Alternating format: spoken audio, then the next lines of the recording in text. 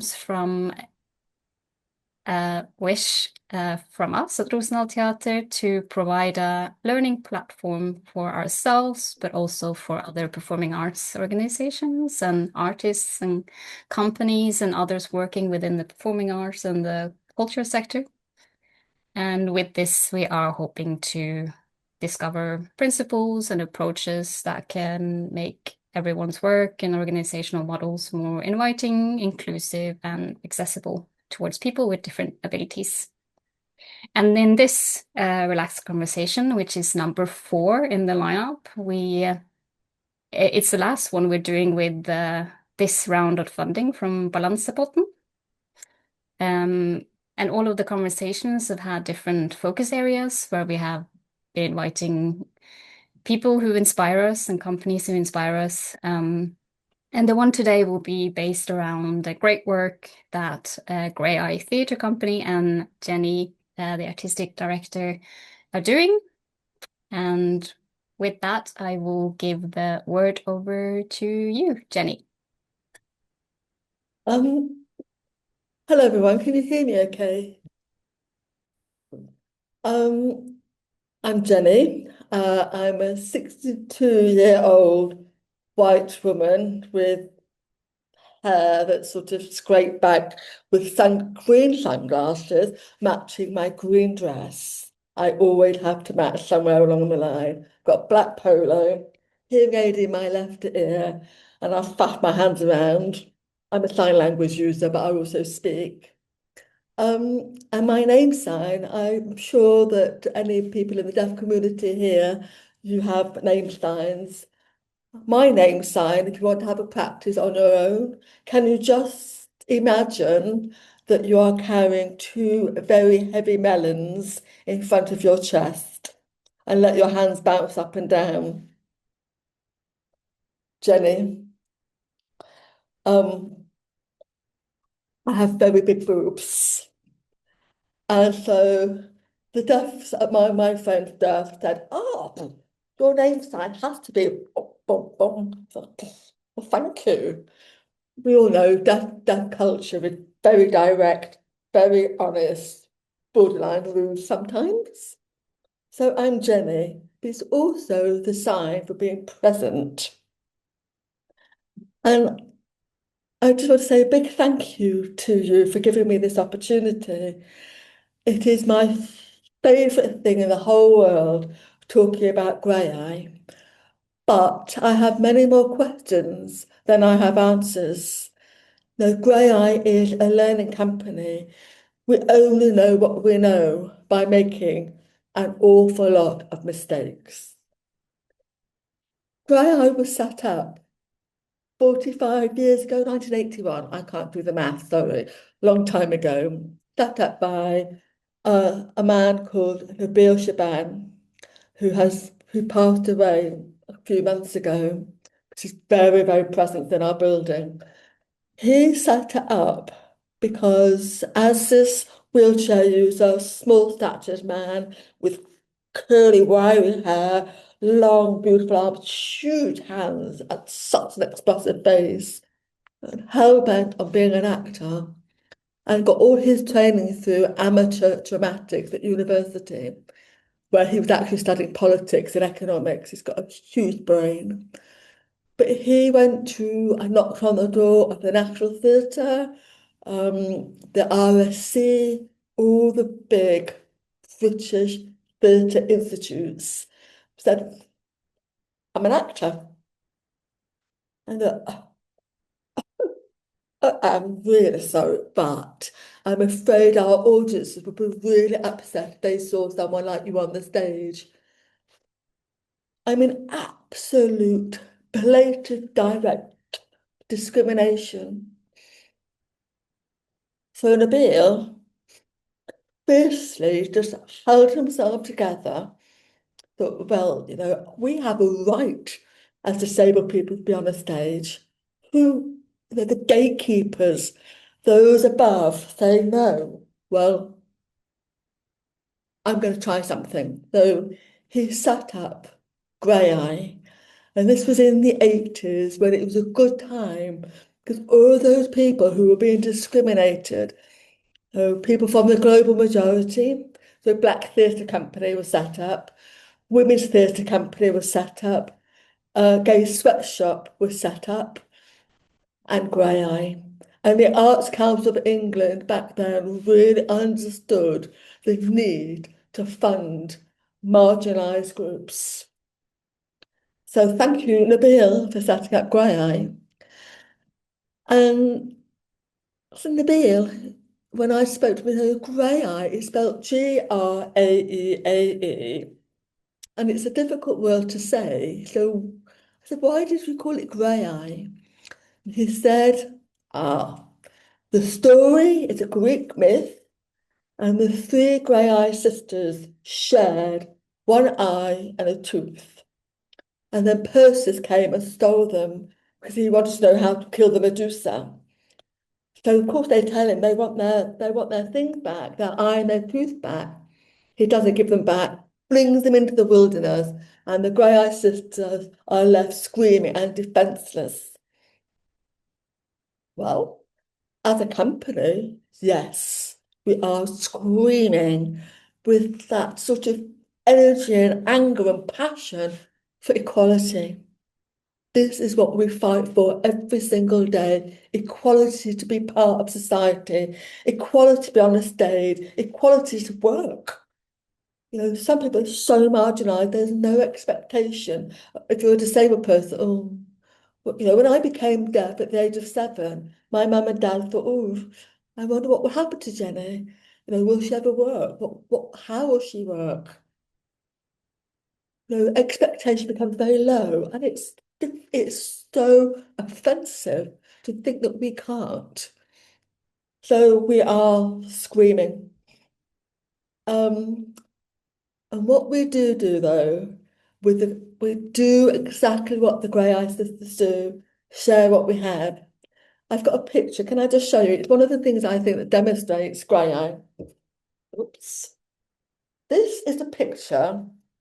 It's a designer's drawing of a piece of set. We were doing a production of the Threepenny Opera, and in the stage directions, it says a messenger appears on a horse.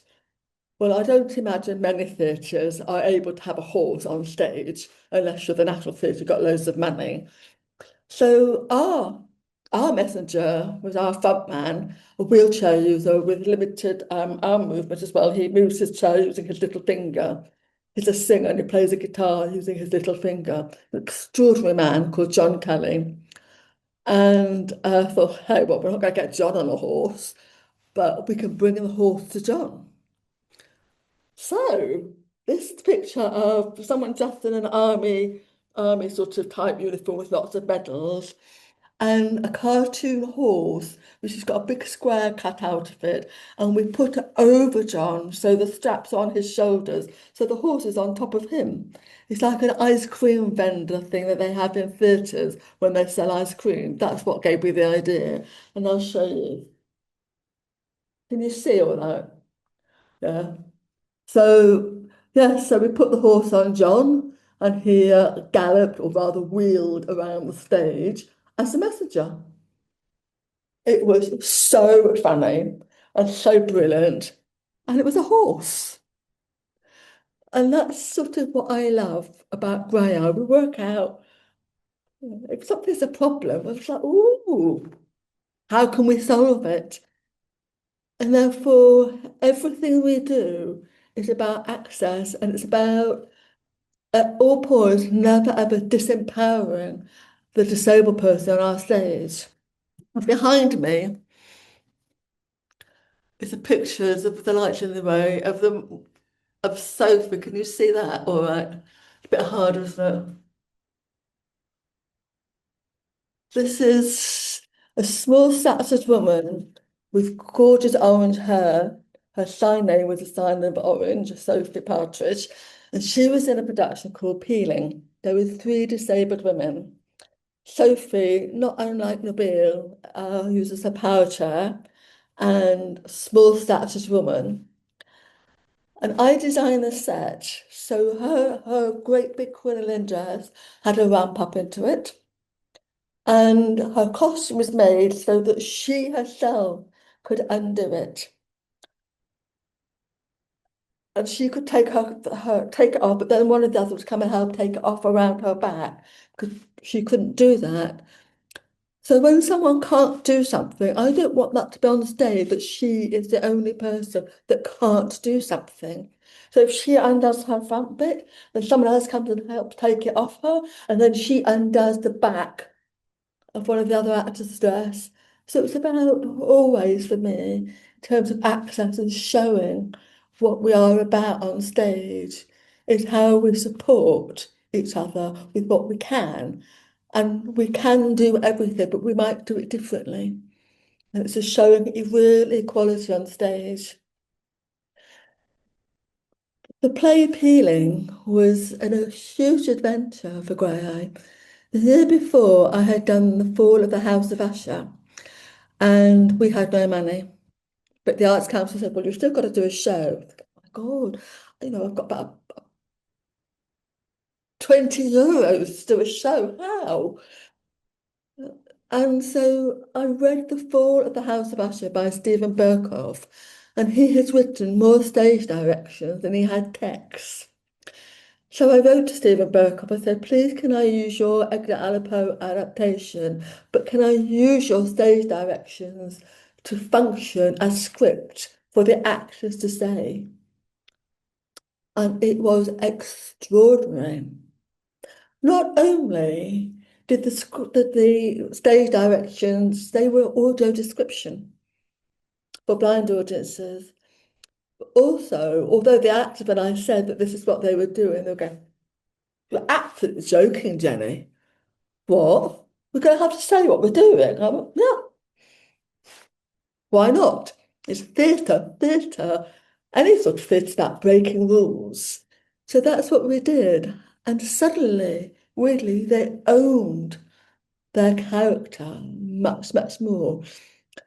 And they wove in their physical difference into that narrative. So we said to an audience, this is who we are, this is what we're doing, we know what we look like,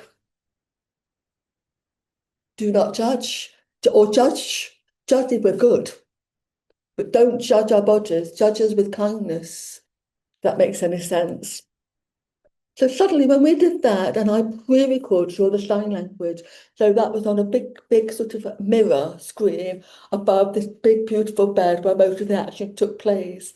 So this deaf signer was signing at the same time as the actors, but it was all pre-recorded. So everything was in the preparation to make this happen. So it was wonderful because this Ilan who was signing was looking out to the audience, looking in at him. And the Ball of the House of Usher is all about voyeurism, who's looking at who.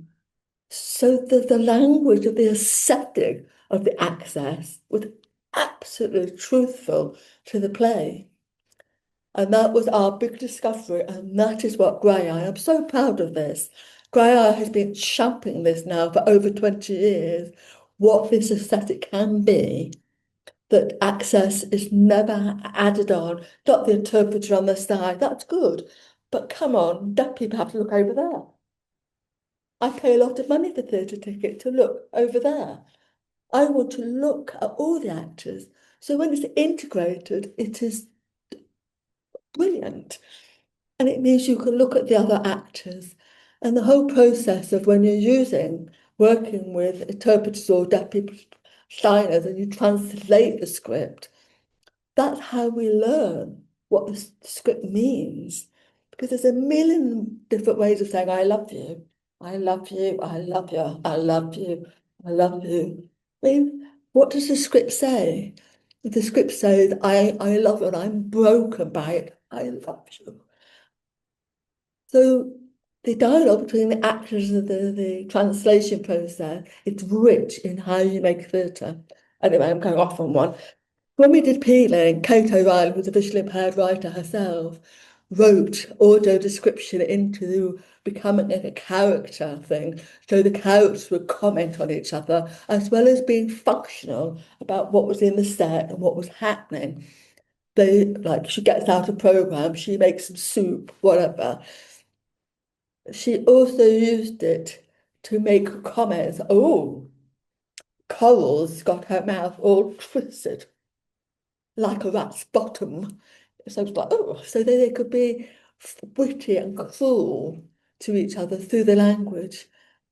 So every single production that Graeae does looks at the practical, functional, and the aesthetics of any given piece of art. And we have done many, many, many productions. Thing that we and do, if you look on the Graeae website, you can see how every single production has a slightly different angle. But access and how we're going to do it is there from the very, very start. And it's not, we don't compromise. But the whole company gets involved. So, we decide on the production. I cast it and I cast the best people for it. People say, well, Jenny, how do you cast? How do you cast disabled people? How? I mean, really? You have an audition. You make sure it's accessible. You've got interpreters, you've got audio describers, you've got access support people. You make sure people know how to get there. You sort out travel if they need it. Make sure the scripts are in accessible formats. I always have a big workshop for auditions. I don't like one. I have a workshop so everyone feels like they've got something. I met someone else. And we work through scenes, we play. And then if you're good and it feels right, you're the right fit for the character, you get the job.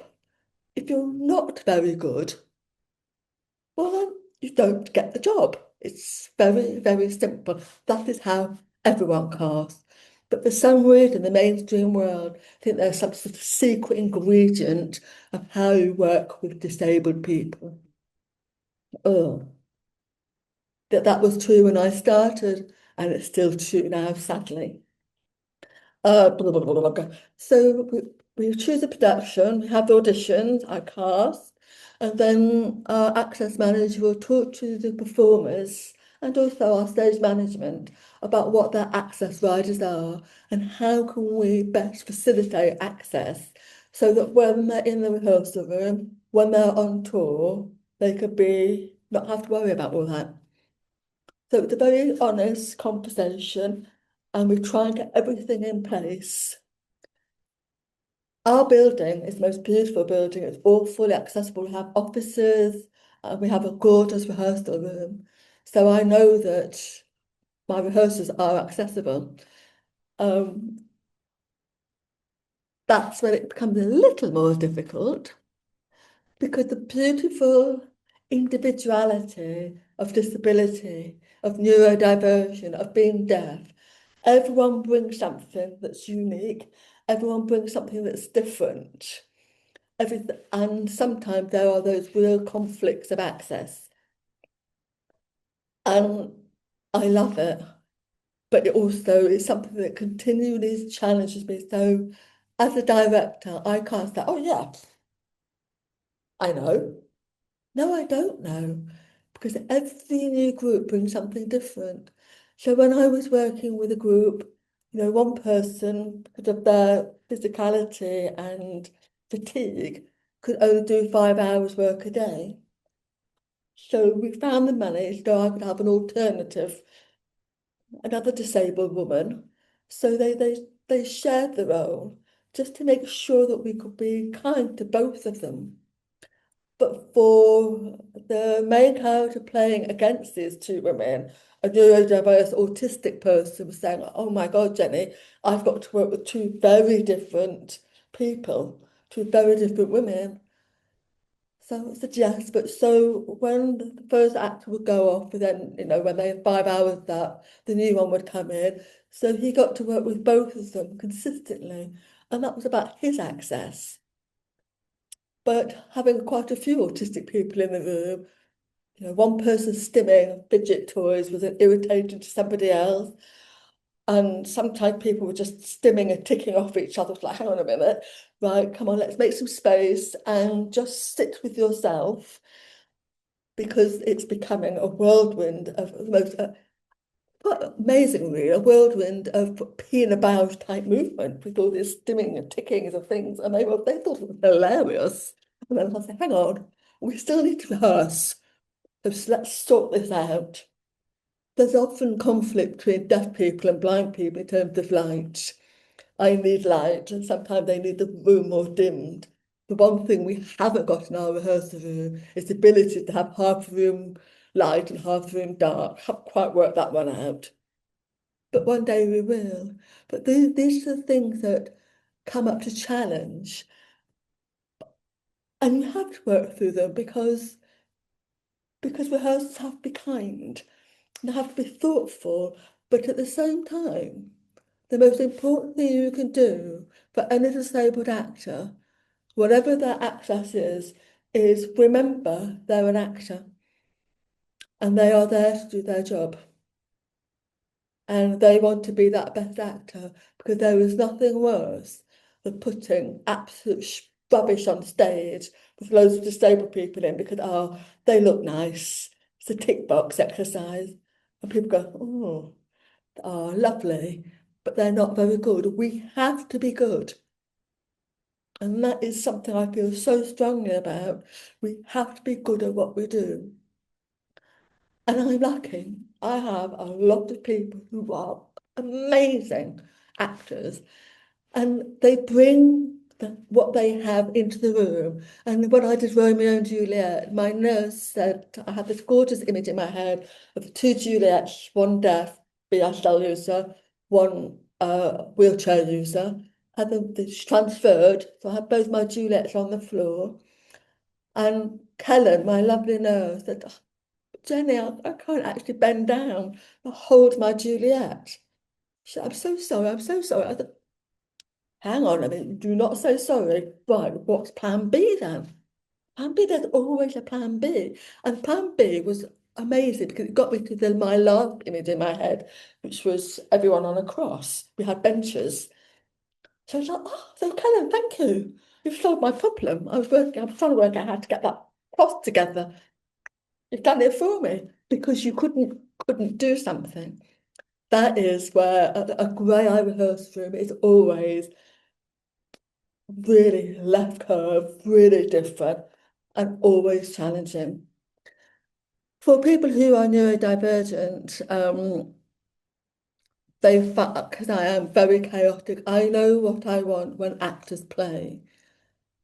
And then I sometimes have to stand in the rehearsal room and move around and talk to myself and work out what it is. And I go, Jenny, what are you doing? And I don't know. I don't quite know yet, but just bear with me.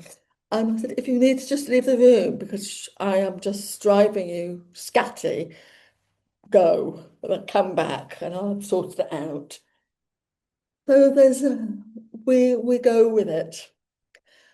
The one thing about going back to what I was saying about being good, training. I have set up so many different training courses with Graeae, not just myself, but my deputy artistic director Jodie has set up something called Ensemble, because the drama schools in the UK are still not giving us space. You know, they are the gatekeepers. They just do say that in terms of mental health and neurodiversity, they are full of disabled people. But people who are physically disabled and blind and deaf are not getting a look in. So, so it feels a bit like there's a that start to fragment our community, and we need to be together. And also, drama schools need to realise, yeah, you say you've got autistic people on your course, people who are mental health survivors, but we need to support them. But there have been some drama schools that yes, but they look normal. They walk and talk like a normal person. It breaks my heart. I've been at Graeae for 28 years and I am still having some of those same conversations that I had 20 odd years ago. I feel sometimes it feels like nothing has changed. I don't know what it's like for you, but it's consistent advocacy, consistent battle to try and change. And the and I strongly believe that theatre has the ability to change hearts and minds and perceptions of what it is we do. I remember doing a production of the Changeling, all disabled cast, of course, and in rehearsal, I have to tell you this, in rehearsal I had a blind Alsamero and a blind Beatrice Joanna, and they go to kiss, and they missed each other. It was so funny. All of us just fell about laughing. It was the best thing ever. But but I remember being in an audience and this woman saying, they're blind, aren't they? She didn't know who I was. They're blind. I think she must be deaf. Oh, but what's wrong with her? But audience are looking. And that's what we do. All of us as an audience, we're curious about who's on the stage. So that doesn't bother me. But then when I did Threepenny Opera, we had all the musicians and the cast in the foyer of the theatre, busking, talking to people, but also asking people to fill in a very important petition because in this country, the government were then and still are taking away any benefits for disabled people. They're taking away their access to work. They're taking away rights. So we were asking audiences to fill a petition, private way of getting, making this public. And then the actors get their call to go backstage, and then they come onto the stage, and there was this woman who went, "Oh my God, those people who were busking in the front, in the foyer earlier, they're on the stage. We need to get rid of them because the proper play's about to start." And John Kelly, who plays the guitar with Littlefinger, my front man, my favourite person, bang in the middle with Jude, shining, and he starts singing. And this poor woman went, "Oh, oh, they're the cast." And she said afterwards that if she had known that there were disabled people on the stage, she might not have come. And I think I was saying to Tonja and Alexander a couple of weeks ago that only very recently, when I did Romeo and Juliet at a beautiful theatre in the north of England called Theatre by the Lake, the artistic director said to me, she said, "Jenny, it's going to break me saying this, but we got lots of disabled audiences, which is fantastic, but a lot of our regular audiences didn't come because they too don't want to see disabled people on the stage." And also, a chair of a board of a theatre said, "Oh, Jenny, I had very low expectation of how you would do this or whether you'd be able to do this. You've done very well." So, we're in 2025, we're nearly in 2026, and some of that attitudinal barriers are still there. And I weep. Honest to God, it makes me cry because what is it they don't get? What are they scared of? And I think there's a lot of things around disability, especially physical difference, that people just can't cope.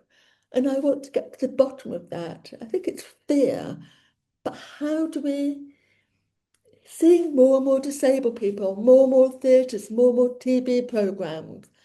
So we become constantly part of the fabric of society of which we are. If we're not there, then we can't challenge and change minds.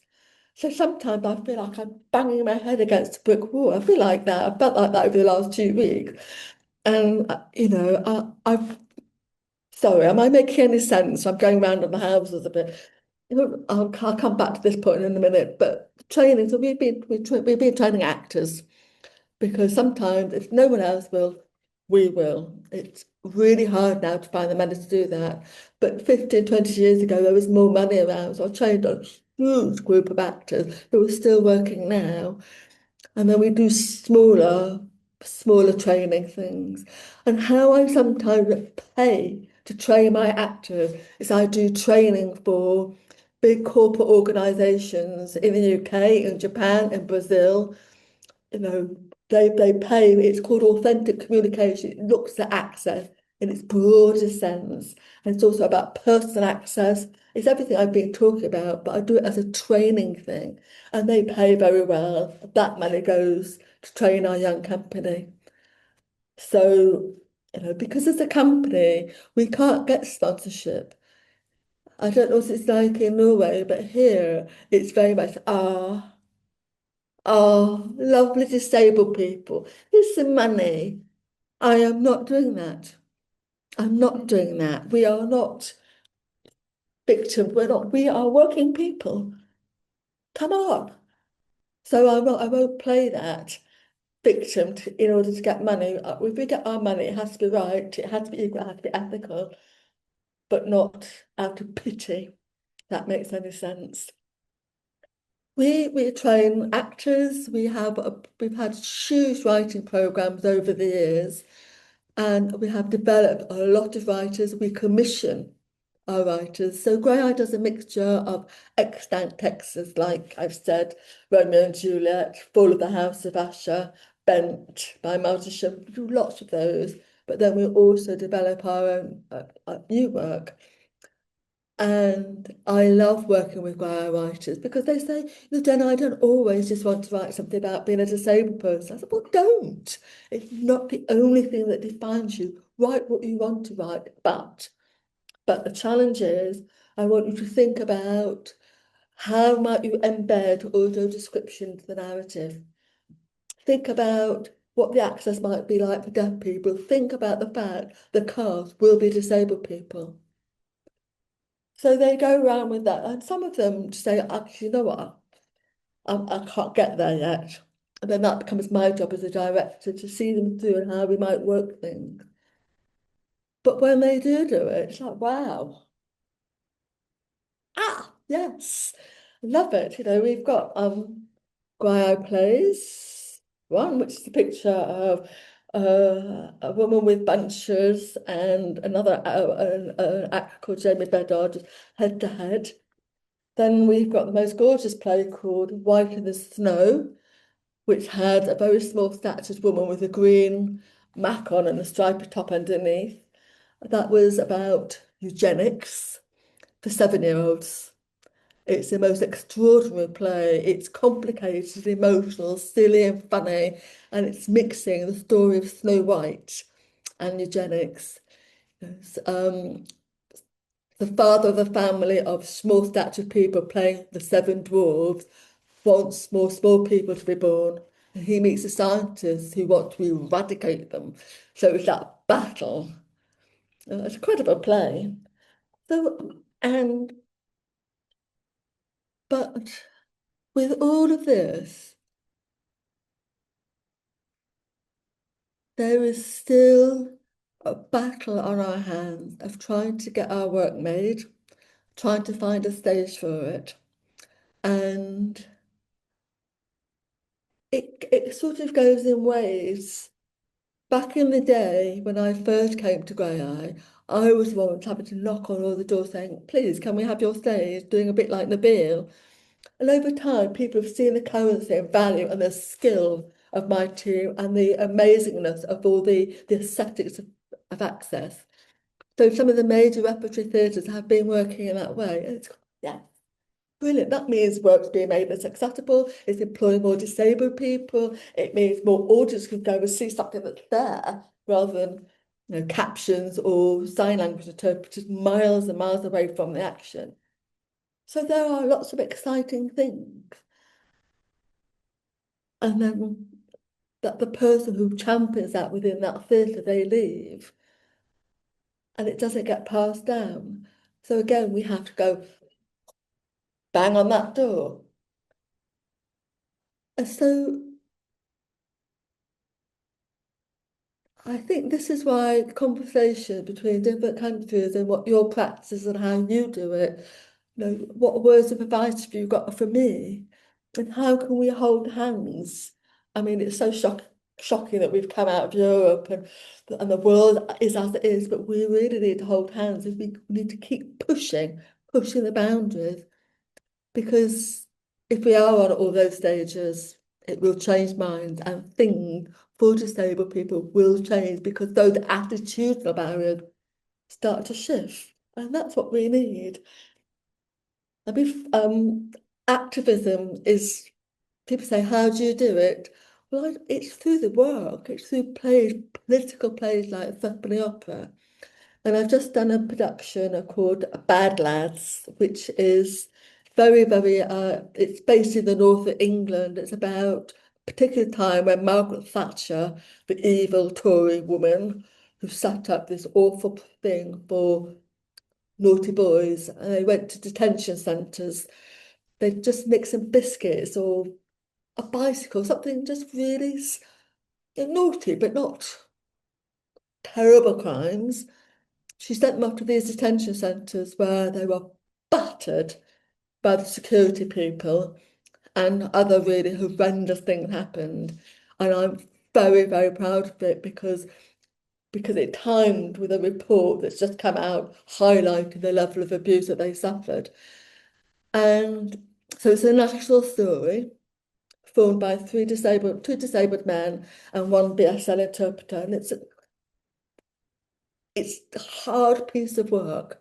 I'm so proud of it. The visuals, the AV and how that's integrated, the audio description sign, all of it. It's an hour of, it's really tight piece of work. So, when we talk about Graeae, the politics of everything, the politics of austerity, the politics of discrimination, the politics of marginalisation are constant within the mix of everything. And but and with all of that, sometimes you lose sense of the art. So it's about how do we as a company keep that balance. Got all my notes. I suppose the long and short of it, I will say to any theatre company who's never worked with disabled people, do it. Get good people around you. Ask questions. You're not a mind reader, neither are they. Ask questions. Find out how it is going to be for them to do their best work.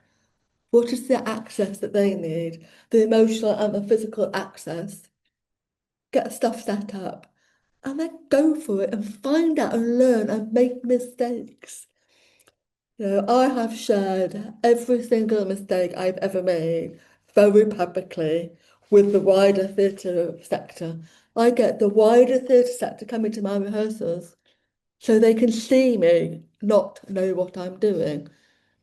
It's very exposing, but I make that choice because I think it's important for people to know that we make mistakes and we flounder but then we work collaboratively and we ask questions and we're brave in knowing it, brave in being open and honest with what we don't know.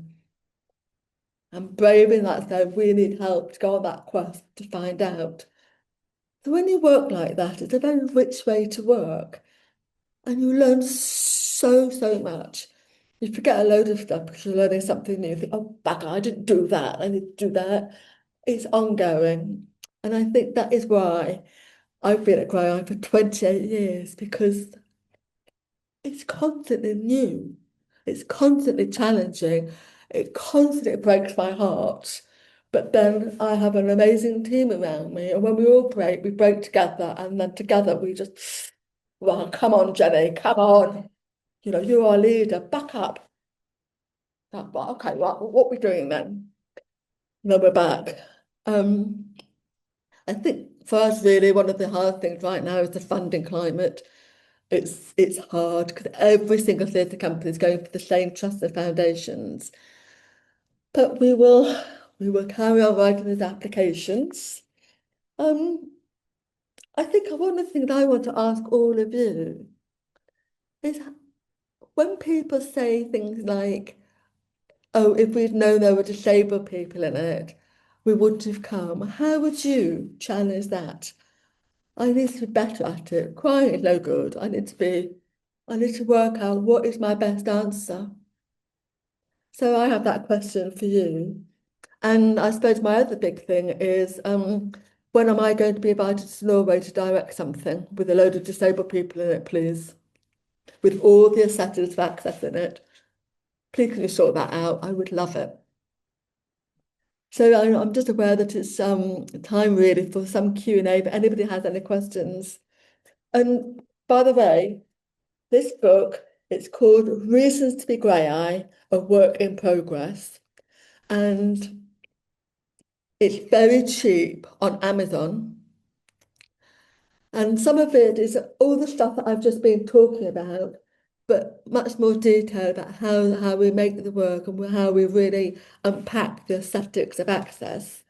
And it's got lots of stories by my community who've worked for the company.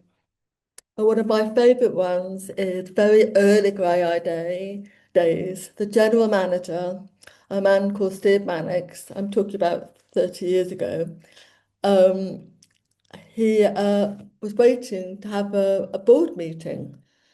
And one of the board members phoned him and said, "Steve, you need to get the van." He said, "No, I'm having a board meeting." He said, "I know, but most of the board have been we're chained to the railings in protest." So Steve had to go and rescue his board so that they could have a board meeting because, well, so half of them got arrested. But they were out there fighting for for the Disability Discrimination Act. So back then and now, still political, but it's full of stories, full of glorious stories and questions. So I will shut up and leave someone to ask me a question. Have I made any sense whatsoever? Oh, Alexander, I know you asked me to talk about a bit about digital work, and I know that I haven't. And I think probably it's probably the same for you. That coming post-COVID, there are so many audience members who are not coming back to the theatres for lots of different reasons. And during COVID, we made everything digital.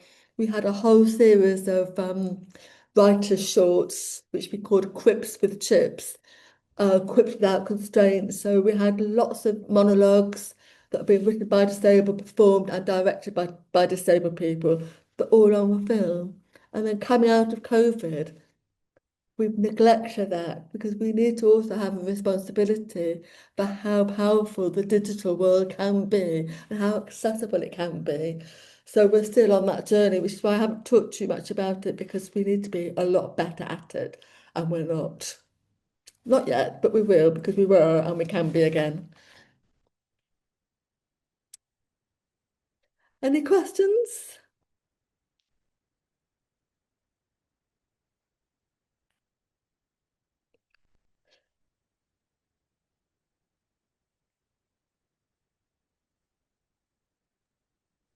I can maybe ask a question, Jenny. You talked a bit about, involving people of different needs in your plays and performances, and I just wonder a bit how you make a safe and open space for artists that you're working with to kind of give you like access right or information about their needs safely, like and yeah, just kind of even themselves understanding what their needs are. How do you at Graeae and you as a director work with this? Um, well, because I think when people know that Graeae will ensure that the rehearsal room is accessible, that in itself is an element of safety. Um, the biggest thing I do to make something safe is to respect them as actors. You know, I'm not a person that does a great big check-in. When we did Bad Lads, which is a brutal play, said to the three actors, right, how do you want me to do check-ins and all that? They went, Jenny, can you just, we're here, we're actors. Our job is to do difficult stories. If we need some space and time out, can we? And for Bad Lads, we did have, because I was working with also the men who this happened to. So we had a clinical psychologist who'd been supporting the men all the way through, regardless of Graeae. So she came on board to be there if any of my team, the Graeae team, the creatives and the cast needed her or me. We don't always have the money for that, but we always know that if we needed to, if someone really needed external support, we make sure that we've got another line in our budget that we can cover that. Creating a safe space is just agreeing what the rules are in a rehearsal room. The access is everyone's responsibility. There is no hierarchy of disability or no hierarchy of access. We are into that space equally. Sometimes that can be conflict when people play the hierarchy game. Not with me, you don't. You really don't. Um, so I have a certain, it's about holding the space. They know that the buck will stop with me. They know that I like to play games and play with ideas. And I also try and say, some people say, oh, I need time out. You have time out, but you stay in the room. We all stay in the room. And I also make sure that there's enough breaks for everyone. I think sometimes, I mean, that's why we have equity union, to make sure people have proper breaks. Sometimes I have longer breaks for people who need to transfer, to go to the bathroom, whatever. We have longer breaks. So those things are there, but they've been part of the Graeae way forever. I think kindness, but I'm not, I could be stern, but I don't think anybody could ever call me a bully. And I think, I mean, my lovely Romeo said to me, Jenny, I found your way of directing very nebulous. I had to look up the word, and it just meant that I'm chaotic. And for him, as an autistic person, it was like not helpful, but we understood each other. And when I said to him, oh, by the way, can you make sure that your fidget toy that you'll have in your pocket on stage, can you make sure it matches your costume? Me about matching. I said that at the beginning. And he laughed, said, Jen, I'm not going to need my fidget toy in the show. I said, but Kieran, you might. And if you need it, you can have, you as an autistic person is part of who you are. That's how you've made your Romeo. So if you need it, use it. That's how you make someone feel safe, that they can also be the disabled person that they are. And I'm just going to look at the question about deaf and hearing. I've worked with deaf and hearing people all my directing life. It's what I do. And because the deaf person is signing or the interpreter, they are absolutely in the thick of any show. So the two languages exist equally. And like I said at the beginning, the conversation between how you translate a script, everyone is around the table looking at that.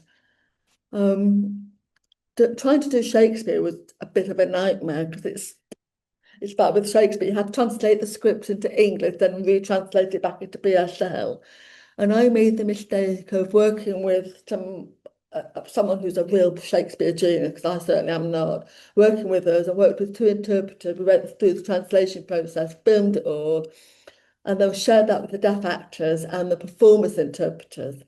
But I should have done that with them, not with the other interpreters, and not on film. Have to be in the space to understand it. So I always have a BSL consultant. Say to deaf people, they say, "Oh, but I sign that." Yeah, but it's language, and it's about tentative language. It's about finding the right sign, or it's sometimes less is more. So I work with a guy called Daryl Jackson, who is phenomenal. He's a professor of linguistics at university where he was. And his understanding of language is just extraordinary. So I feel very privileged that there's so many people around me, BSL consultant or Daryl, audio description consultant, who just feed so much into the process. It's never ever just my show, it's everyone's show. Um, I've worked a lot in Japan, Brazil, and India. So again, it's about how you translate it. I've done, what's the translation process in that rehearsal room? I directed The Tempest from my office at home during lockdown. That was, I was getting up at 4 in the morning because of the time difference. Oh my God, that was so hard. And they were all in the rehearsal room with masks on. But every day I would have a one-to-one with my deaf director and my wheelchair using director, talk to both of them about what we were going to do that day. Then I would watch. And then I would talk with the BS, the Japanese sign language translation. It's the same thing. It's what do the words mean and what's the right sign. So in a way, it's just translation into anything. Always with any text, you're translating into the emotional agenda. That's the same with how you translate it into the sign.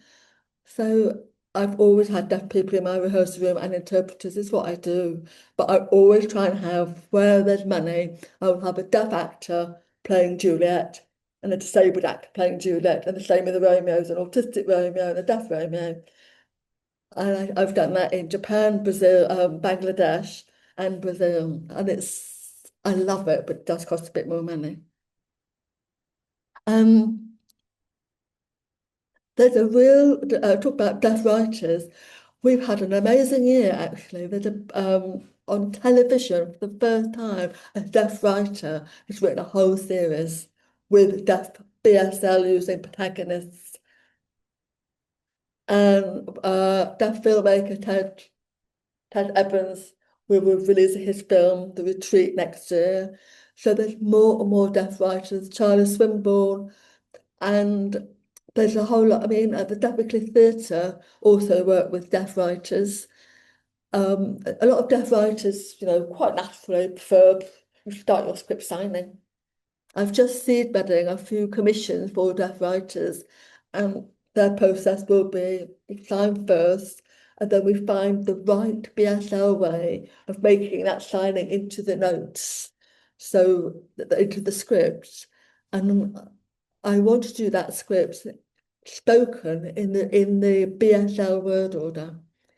So B, all those things become part of the poetry, but it's so that it's absolutely deaf, it's sign language led.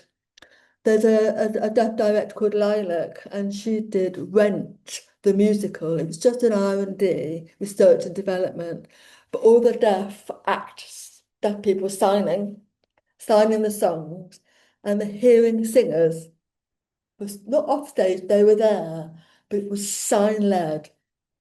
Yes. So exciting, and people are doing very exciting things here in the UK. But the overall woe for everyone is the money. So those new artists, oh my God, we've got to make sure that the arts carry on. And I will I'm just having, oh, that's brilliant. Let's talk about theatre man who worked with the House of Drama, deaf writers. I've got a script and I can't remember where the writer's from, but it's written in it's the first BS sign language led theatre that was produced in a mainstream. I'll have to look it up and I'll get back to you and send you the link. So I'm going all around the houses now, sorry. That's okay. Is there any last question before we wrap up?